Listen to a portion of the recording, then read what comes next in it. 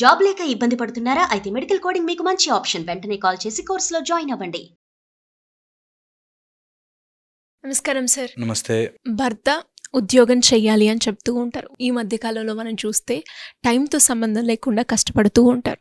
అలా భర్త ఉద్యోగంలో కష్టపడి తిరిగి ఇంటికి రాగానే భార్య నుంచి కావచ్చు, ఇంట్లో పిల్లల నుంచి కావచ్చు ఏం ఎక్స్పెక్ట్ చేస్తారు? చాలా ఇంపార్టెంట్ ఇది. ఈ రోజుల్లో కొంచెం తక్కువ దీని ప్రిఫరెన్స్, ఎందుకంటే ఇద్దరూ వర్కింగ్ చేస్తుంటారు. కానీ ఇప్పుడు మనం మాట్లాడుకునే సీన్ ఏంటంటే, ఒకవేళ భార్య ఇంట్లో ఉండి భర్త వర్క్కి వెళ్ళి వస్తూ ఉంటే అనే సిచ్యువేషన్లో చాలా ఎక్స్పెక్ట్ చేస్తాడు. వన్ థింగ్, హ్యూమన్ స్పీషీస్ మొత్తం, అబ్బాయి అమ్మాయి కాదు, ఎవరైనా సరే బ్రతికేది, ఎవరైనా భలే చేసావు, బాగా చేసావు, నువ్వు సూపర్ అని అనడాని కోసం మనసు పీకుతూ ఉంటుంది. భర్త ఆఫీస్లో ఏదో వర్క్ చేసి ఇంటికి వస్తే ఫస్ట్ థింగ్ చూడాల్సింది భార్య, ఫస్ట్ థింగ్ అనుకోవాల్సింది మా ఆయన గ్రేట్. నో మ్యాటర్ వాట్, ఎన్ని కష్టాలున్నా మా ఆయన గ్రేట్, మా ఆయన అనే ఒక ఫీలింగ్ వచ్చిన రోజున డెఫినెట్లీ లైఫ్ బాగుంటుంది. ఆ ఫ్యామిలీ బాగుండడానికి ఇది ఎవరి సైడ్ అయినా తీసుకోవచ్చు. ఫస్ట్ థింగ్, ఎవరి దగ్గర గెలిచినా గెలవకపోయినా భార్య ముందు భర్త గెలవాలనుకుంటాడు. First thing, he wants to win.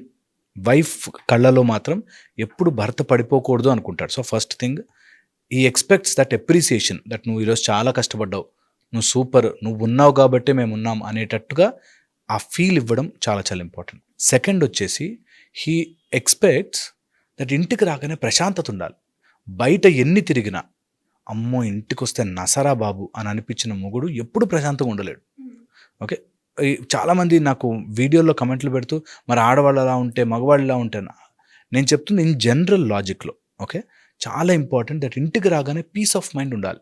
ఎక్కడికి పోయినా సరే ప్రశాంతంగా ఇంటికి వచ్చి 4 ముద్దలు తిని పడుకోవాలి, నా భార్య దగ్గర ఉండాలి అనే ఫీలింగ్ తెప్పించకపోతే ఎలాంటి మగవాడైనా డిజాస్టర్ అయిపోతాడు. ఓకే, చాలా ఇంపార్టెంట్.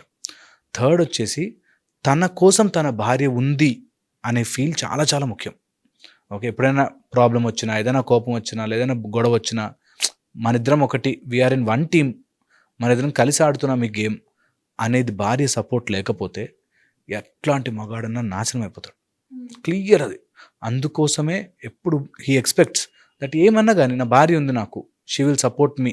నేను ఎవరికన్నా ఏదైనా ఇంటికి వచ్చి నేను అట్లా చేసిన, ఉద్యోగం ఇట్లా చేసిన అని పేకినా నా భార్య వింటుంది, నా భార్య నన్ను సపోర్ట్ చేస్తుంది అనేది చాలా చాలా ముఖ్యమైనది. And fourth, the most important thing వీటన్నిటిలోకి, ఇంటికి రాగానే ఇంత అన్నం వండి పెట్టడం, వాడి ఆకలి చూడడం.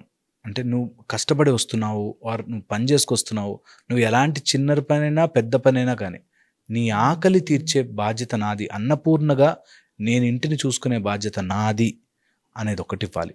అండ్ ఫిఫ్త్ పాయింట్, ఫ్యామిలీస్కి నిలబడడానికి, ఒక అంటుకోవడానికి ఇటుకల మధ్యలో సిమెంట్ ఎలా అయితే అంటిస్తుందో అలాగా ఒక భార్య ఒక ఫ్యామిలీని అంటిస్తుంది.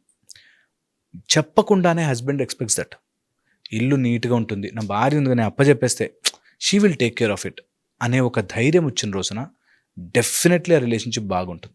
ఓకే, అండ్ భర్త ఎక్స్పెక్ట్ చేసే ఇంకొక అతి ముఖ్యమైన పాయింట్ ఏంటంటే, తను నాకు ఇరిటేషన్ కాదు, whatever she's there, she's never in irritation to me, నా ప్రాబ్లమ్స్కి తను కూడా కారణం అవ్వదు అనే భర్త చాలా. అందుకని ఎక్స్పెక్ట్ దట్ ఏదన్నా కానీ నాకు ఫ్రమ్ హర్ సోర్స్ నాకు ప్రాబ్లం రాదు, నా ఫ్యామిలీని వాళ్ళ ఫ్యామిలీని అందరినీ కలిపి చూసుకుంటుంది, she will hold it very well అన్న చాలా చాలా ఎక్కువగా భర్తలు ఎక్స్పెక్ట్ చేస్తారు. ప్లస్ తను ఉన్న పొజిషన్కి ఇంట్లో ఒక కొడుకులాగా, నేను లేకుండా ఉన్నప్పుడు మా అమ్మా నాన్నని ఒక కొడుకులాగా చూసుకోవాలి అని ఎక్స్పెక్ట్ చేస్తాడు.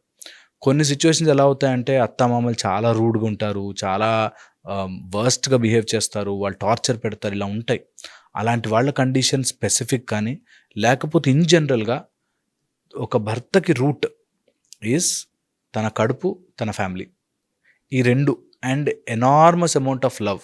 ఏమొద్దు, భార్య లవ్ చేస్తే, ప్రేమగా చూసుకోగలిగితే భర్తని, ఆటోమేటిక్ బాగుంటుంది. ఇది రావాలి అంటే నిజంగా జెన్యూన్గా ఫ్రమ్ హార్ట్ లవ్ రావాలి, ఇద్దరికీ రావాలి. దట్ నా కోసం అన్నీ వదులుకొని వచ్చిన భార్య is so important to me అని భర్త, నా కోసం నీతోనే స్టిక్ ఆన్ అయి ఉంటాను, జీవితాంతం ఈ నెక్స్ట్ 70 సంవత్సరాలు నీతోనే ఉంటానని నమ్మి వచ్చిన భార్యని అంతే బాగా చూసుకోవడం ఇద్దరి రెస్పాన్సిబిలిటీ. అది ఎంత పవిత్రంగా ఉంటుందంటే, ఇది మనకి తెలియక బాధపడుతున్నారు చాలామంది. ఏదైనా కానీ ధర్మం ఇంపార్టెంట్. అందులో భార్యాభర్త ధర్మము వాళ్ళు చేయాల్సినవి ఈ రోజుల్లో జనరేషన్కి అర్థం కానిది. జస్ట్ ప్లెజర్ అండ్ ప్రేమ చూస్తున్నారు. ప్రేమ లేకపోయినా, ప్లెజర్ లేకపోయినా నీకు ధర్మం చాలా ముఖ్యం. అవును. ధర్మముగా ఉండడం అనేది ఎంత ఇంపార్టెంట్ అంటే, ఒక బ్యాడ్ హస్బెండ్ రావచ్చు, బ్యాడ్ వైఫ్ రావచ్చు, బ్యాడ్ పిల్లలు రావచ్చు, ఏదన్నా భార్య భర్త ధర్మాన్ని నిలబెట్టాలి మేము అని అనుకుంటే, ఈ టెంపరీ ప్రేమలు ఉంటాయి చూసావు, బయట ప్రేమలు, ఈరోజు నీట్గా రెడీ అయితే ప్రేమ, రెడీ అవ్వకపోతే ప్రేమ లేదు, ఇది ఉండదు. నా భార్య, నా భర్త అనే ఫీలింగ్ ఉన్న రోజున అన్నీ కలిసి వస్తాయి. And that is a super power. కొంతమందికి కుజుడు లోపం ఉండో, లేకపోతే ఒక కేతు చంద్రుల్లో ఉండో, ఇట్లాగా రకరకాల కాంప్లికేషన్స్ వల్ల పాడు చేసుకుంటారు. కానీ వీళ్ళందరూ తెలుసుకోవాల్సింది ఏంటంటే, ధర్మం ఈజ్ మోర్ ఇంపార్టెంట్. ఇది చాలా చాలా ముఖ్యమైనదని తెలుసుకోవాలి. నా ఇంటెన్షన్ ఏంటంటే, ఒకవేళ కనుక అలా బాధ పెడుతూ, ఇబ్బంది పెడుతూ, మొగుడిని సతాయిస్తూ ఆర్ భార్యని సతాయిస్తుంటే, ఈ ఒక్క వీడియో చూసిన ఒక్క క్షణం వెనక్కి వెళ్ళి ఆలోచించాలి. That I will not be the cause for pain in my family.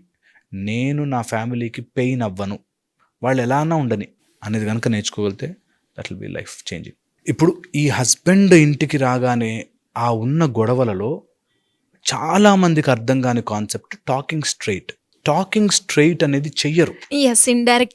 ఇండైరెక్ట్గా మాట్లాడతారు, ఎప్పటివో తీసుకొస్తారు. ఈ ఒక్క లాజిక్ అర్థమైతే ఏ ఫ్యామిలీ అసలు ఇబ్బందులు ఉండవు. They just don't talk straight. ఆ మాత్రం తెలీదా నీకు? ఆ మాత్రం అర్థం కాదా? ఎవరు చెప్పారో తెలీదా? నీకు తెలియకుండానే నువ్వు చేసావా? ఇలాంటివి ఆర్ సో రాంగ్. అండ్ ఒక ఫ్యామిలీ నాశనం అయిపోతూ ఉంటే చూసి ఆనందించే వాళ్ళు చుట్టుపక్కల నీకు చాలా ఫీడింగ్ ఇస్తారు. ఒక భార్య భర్త సపరేట్ అయిపోతే దానికి ఎంతమంది కారణమై ఉంటుంది తెలుసా? అత్త మామలు ఏదో మాట అంటారు, కజిన్స్లో ఏదో మాట అంటారు, ఈ మాత్రం చేయలేడా నీ కోసం అంటారు.